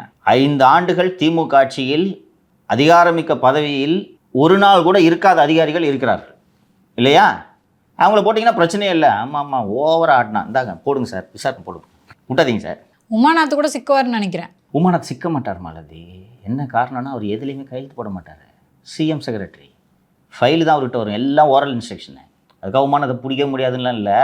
அவர் பினாமி கம்பெனி தான் சப்ளை பண்ணியிருக்கு மெடிக்கல் டிபார்ட்மெண்ட்டுக்கு. அதை பிடிச்சாலே ஒரு மாட்ட போகிறார் ஆட்டோமேட்டிக்காக. பினாமி ஆட்டை பிடிச்சி தலையில் மஞ்சள் தண்ணி தெளிச்சான்னா உமாநாத் தானாக ஆட போகிறாரு. நான் ஒன்றும் பெரிய கஷ்டம் இல்லை. கவர்மெண்ட் நினச்சா என்ன வேணாலும் பண்ணலாங்க. ஸோ இதை தினமலர் இந்த கேள்வி எழுப்பியிருக்கு. மிக மிக நியாயமான கேள்வி. விசாரணை நடக்குமா நடக்காதா சார்? நல்ல கேள்வி. நான் நம்பிக்கை இழக்கவில்லை. தயவுசெய்து எங்கள் கட்சிக்கு வந்துருங்க அப்படின்னு விஜயபாஸ்கரை விஜய் கெஞ்சில் தயவுசெய்து என்னை சேர்த்துங்கன்னு இவர் தான் கெஞ்சின்னு இருந்தார். ரைட்டா? கிட்டத்தட்ட எம்எல்ஏ பதவி ராஜினாமா பண்ணி 1 வாரம் சும்மா சுற்றிட்டு இருந்தார். ஞாபகம் இருக்கா? மாடு கூட எல்லாம் பேசிட்டு வீடியோலாம் வந்துச்சு. ஞாபகம் இருக்கா? ஸோ ரொம்ப ஒரு அழுத்தத்துக்கு பிறகு தான் சேர்த்துருக்காங்க. இன்னும் சொல்லப்போனால் இப்போது சி விஜயபாஸ்கர் மீது விசாரணைக்கு உத்தரவிடுவது மிக மிக சிறப்பு. விசாரணை நிலுவையில் இருக்குது, அதனால் விராலி மேலே சீட்டு உனக்கு கிடையாதுன்னு தாகக்காரன் கொடுத்துட்டு போயிடலாம். ரைட்டா? இன்னொன்று மக்கள் மத்தியில் பார்ப்பா சொந்த கட்சிக்காரர் போய் என்னதான் கட்சியில் சேர்ந்தாலும் அவர் மேலே விசாரணைக்கு உத்தரவுறாரு. அப்புறம் எனக்கு வீராசாமியாக இருந்தாலும் ஒன்றுதான், விஜயபாஸ்கராக இருந்தாலும் ஒன்றுதான் நடவடிக்கை எடுங்க. இன்னும் 2 வாழ்த்தி பேச போகிறோம். ஐடியா தான் கொடுக்க முடியும், பார்த்துக்குங்க. நேற்றைக்கு முன்தினம் நமது நிகழ்ச்சியில் அழைப்பு விடுத்திருந்தோம். ஜிடிஎம்கா சார். ஆமாம், ஜிடிஎம்மிடம் கோடிக்கணக்கில் பணம் கொடுத்து அருண் ஐயா கட்ட பஞ்சாயத்து செய்து தருவார் என்று நம்பி பணம் கொடுத்து ஏமாந்தவர்கள் புகார் அளியுங்கள். இன்றைக்கு இருக்கக்கூடிய அதிகாரிகள் நடவடிக்கை எடுப்பார்கள். ஸோ எங்கெங்கெல்லாம் பாதிக்கப்பட்டவர்கள் இருக்கிறீர்களோ உடனடியாக அருகாமையில் இருக்கக்கூடிய ஆணையர் அலுவலகங்களோ அல்லது எஸ்பி அலுவலகங்களோ சென்று புகார் அளியுங்கள் நம்ம நிகழ்ச்சியில் வெளிப்படையாக அழைப்பு விடுத்திருந்தோம்.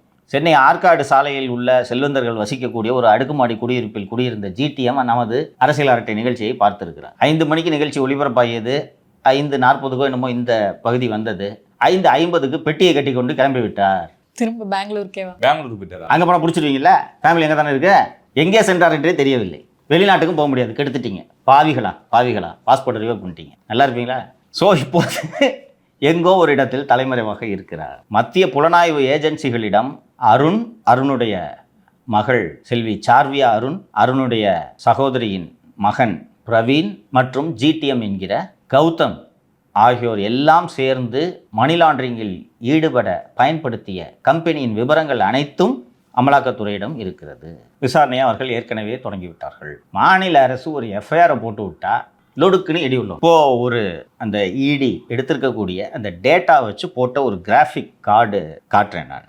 அனீஷ் நவநீத், சிவி பிரவீன் மற்றும் கௌதம் ஆகியோர் 7 ஹில்ஸ் பிரைவேட் லிமிடெட், இந்த கம்பெனியெல்லாம் நம்ம எக்ஸ்போஸ் பண்ண மறுநாள் தான் காலைல வீட்டை வந்து உடைச்சாங்க. இந்த கம்பெனியில் தான் அருணுக்கு உயிர் இருக்குது. இந்த கம்பெனியை பற்றி பேசுகிற நிகழ்ச்சி ஒளிபரப்பான மறுநாள் காலை 6 மணிக்கு நமது வீடு உடைக்கப்பட்டது. சரியா? இப்போ யார் உடைக்கிறான்னு பார்ப்போம். திருப்பி சொல்கிறேன்.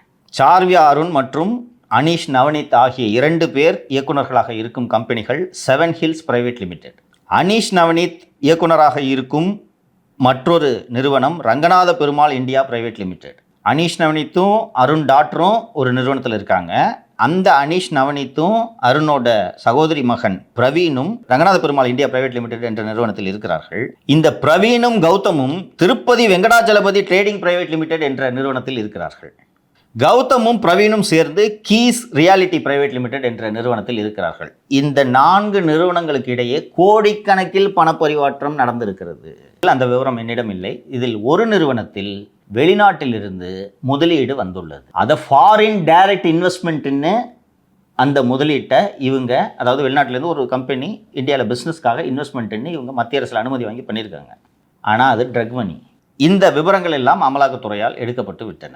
விரைவில் மாநில லஞ்ச ஒழிப்பு துறையில் சென்று அவர்களது துறையின் முன்னாள் இயக்குனர் திரு அருண் ஐபிஎஸ் அவர்கள் மீது வருமானத்திற்கு அதிகமாக சொத்து சேர்த்த விவரங்கள் குறித்து வழக்கு பதிவு செய்து விசாரணை நடத்த வேண்டும் என்று நானே புகார் அளிக்க இருக்கிறேன். அதனால் இந்த விவரங்களை அரசின் கவனத்திற்கு வைக்கிறேன். அரசு நடவடிக்கை எடுக்கும் என்று நம்புகிறேன். நேற்று ஜிடிஎம் பற்றி பேசுனீங்க, அவர் ஓடி போயிட்டாரு. ஒற்றை எழுத்து நிறுவனத்தை பற்றி பேசுனீங்க, அது என்ன சார் ஆச்சு? ஒற்றை எழுத்து நிறுவனத்தின் சாம்ராஜ்யம் சரிய தொடங்கிவிட்டது. ஒற்றை எழுத்து நிறுவனத்தோட ஸ்டைல் என்னன்றதை சொல்லிடுறேன். நீங்கள் 2 பேரும் ஒரு 10 ஏக்கர் லேண்டு வச்சுருக்கீங்க. அந்த 10 ஏக்கரை பிளாட்டு போட்டு லே அவுட்டாக விற்கணுன்றது உங்களோட ஆசை. ஆனால் உங்கள் 2 பேரால் இந்த டவுன் அண்ட் கண்ட்ரி பிளானிங்கில் பர்மிஷன் வாங்குறது, விளம்பரம் பண்ணுறது, நீங்கள் 2 பேரும் சேர்ந்தீங்கன்னா நிதிஷ் ரியல் எஸ்டேட்டுன்னு ஒன்று ஆரம்பிப்பீங்க. ஏன் வந்து வாங்குவான்? மார்க்கெட்டிங் பண்ணணும்ல. இப்போது ஒற்றை எழுத்து நிறுவனத்தோட ஒப்பந்தம் போட்டால் எளிதல்லவா? அவங்க வந்து அந்த ஒற்றை எழுத்து நிறுவனத்தோட பேரை முன்னாடி வைப்பாங்க. அது இந்தியாவின் பிரபல கிரிக்கெட் நட்சத்திரம் வேறு சிரித்து கொண்டிருப்பார். பார்த்தோன்னே ஓ இவரே சொல்லிட்டாரா, அப்போ கரெக்டாக இருக்கும் அப்படின்ட்டு போய் விளக்கில் விழும் ஈசல்கள் போல விழுவார். ஸோ இப்போ இது எப்படி இந்த டிரான்சாக்ஷன் நடக்குன்னா, நீங்கள் 10 ஏக்கர் வச்சுருக்கீங்க, நான் தான் ஒற்றை எழுத்து நிறுவனம். இந்த நீங்கள் வந்து என்கிட்ட சேல் அக்ரிமெண்ட் போட்டுக்கோம். நம்ம 2 பேரும் நோ ஃபினான்ஷியல் டிரான்சாக்ஷன். நீங்கள் 2 பேரும் நான் உங்களுக்கு இந்த இதை விற்கிறேன், நான் வந்து இந்த பிளாட்டெல்லாம் விற்று முடித்த பிறகு உங்களுக்கு இந்த பணத்தை தரேன். இப்போதைக்கு டெம்பரரியாக ஒரு அமௌண்ட்டை அட்வான்ஸாக தர்றேன். மொத்தம் அந்த 10 ஏக்கருக்கு 10 கோடி விலை, 2 கோடி நான் இப்போ கொடுத்துட்றேன், மீதி 8 கோடி விற்ற பிறகு தரேன். சம் சார்ட் ஆஃப் அக்ரிமெண்ட் போட்டுக்குவோம். நான் உடனே என்ன பண்ணுவேன், ஒற்றை எழுத்து நிறுவனத்தின் புதிய திட்டம் என்று செய்தித்தாள்களில் அந்த பிரபல கிரிக்கெட் நட்சத்திரத்தின் விளம்பரம் வரும். வந்த உடனே பேப்பரில் அட்வர்டைஸ்மெண்ட்டு, டிவியில் அங்கே இங்கே எல்லாம் விளம்பரங்கள்லாம் பார்த்த உடனே இந்த விட்டில் பூச்சிகள் வந்து அதில் விழும். விற்ற உடனே அதற்கு பிறகு நான் உங்களுக்கு சொன்னபடி பணத்தை கொடுக்க வேண்டும். இதுதான் வியாபாரம். இந்த மாதிரி ஒப்பந்தம் போட்ட யாருக்குமே துட்டை கொடுக்கல. தமிழகம் முழுக்க இது போல புகார் தருவதற்கு 2000 பேர் தயாராக இருக்கிறார்கள். கடந்த காலங்களிலேயே இவர்கள் புகார் கொடுக்க சென்றார்கள். ஒரு இடத்துல கூட எஃப்ஐஆர் போடல. எஃப்ஐஆர் போடாததற்கு காரணம், போட்டால் இடி உள்ளே வந்துடும். இடி உள்ளே வந்தால் ஒற்றை எழுத்து நிறுவனம் சிக்கும். ஒற்றை எழுத்து நிறுவனம் சிக்கினால் திராவிட மாப்பிள்ளை சிக்குவார். அதனால் எங்கேயுமே எஃப்ஐஆர் போடலை. அதற்காக இடிக்கு எதுவுமே தெரியாது என்று பொருள் அல்ல. இந்த ஒற்றை எழுத்து நிறுவனத்தின் உரிமையாளர் 2022ஆம் ஆண்டு சபரீசன் மற்றும் அண்ணாநகர் கார்த்தியோடு துபாய் செல்லும்போது டயப்பர் மாட்டிக்கொண்டு விமானத்தில் ஏறியது வரை அமலாக்கத்துறையிடம் விவரங்கள் இருக்கின்றன. எங்களுக்கு தெரியாதுன்னு அவங்க நினச்சிக்கூடாதுங்க, எல்லாமே தெரியும். இந்த அளவுக்கு நாங்கள் வாட்ச் பண்ணிக்கிட்டு இருக்கோம். ஸோ இது எப்போது வெடிக்கும் என்று தெரியாது. இதே போல் ஒரு உரிமையாளரிடம் ஒப்பந்தம் போட்டு 10 விசா கொடுக்கல இருக்குது. அவரும் போய் போலீஸில் கம்ப்ளைண்ட்லாம் கொடுக்குறாரு, ஒன்றும் நடக்கல. 2 நாட்களுக்கு முன்பு அந்த நிலத்தின் உரிமையாளர், உண்மையான உரிமையாளர், அங்கே போர்டுலாம் வச்சிட்டாரு. ஒற்றை எழுத்து நிறுவனம் போர்டு வச்சு உடனே வாங்குங்கள், விலை மலிவான விலையில் வீட்டு மனைகள்னு விளம்பரம்லாம் வச்சு அது பாட்டுக்கு இருக்குது போர்டு. பாதி பேர் வாங்கிட்டான். 2 நாட்களுக்கு முன்பாக அந்த நிலத்தின் உண்மையான உரிமையாளர் புல்டோசரை எடுத்துக்கொண்டு போய் ஒற்றை எழுத்து நிறுவனத்தின் போர்டுகளை எல்லாம் அடித்து உடைத்து, இந்த நிலம் எனக்கு சொந்தமானது, உள்ளே நுழைபவர்கள் தண்டிக்கப்படுவார்கள்னு போர்டை வச்சுட்டு போயிட்டார். இப்போ அங்கே பிளாட்டை வாங்கினவன் கதி அதோ கதி தான். அவ்வளோதான். வடக்குப்பட்டி ராமசாமிக்கு கொடுத்த கதை தான். இந்த நிகழ்ச்சியில் 2022லேருந்து சொல்லிகிட்டு இருக்கோம்ப்பா. இது கவர்மெண்ட்டு நிறுவனம், மாப்பிள்ளை சார் பணம் இதில் இருக்குது. அது போக அடிக்கடி நம்ம நிகழ்ச்சியில் மாட்டிக்காதீங்க, உழைத்த பணத்தை இதில் போட்டு மாட்டிக்காதீங்கன்னு சொன்னான். மீறி இப்போ அழிஞ்சுன்னு போய் போட்டிங்கன்னா உட்காந்துருங்க. அந்த Ramesh cars Anubhav chit funds எல்லாம் பற்றி நேற்று நிகழ்ச்சியில் சொன்னேன்ல, அதுதான் போச்சு. சரி சார், இந்த அரசியல் பல நிகழ்வுகளை பேசணும். தொடர்ந்து நானே பேசுவோம் சார். நன்றி சார். நன்றி சார்.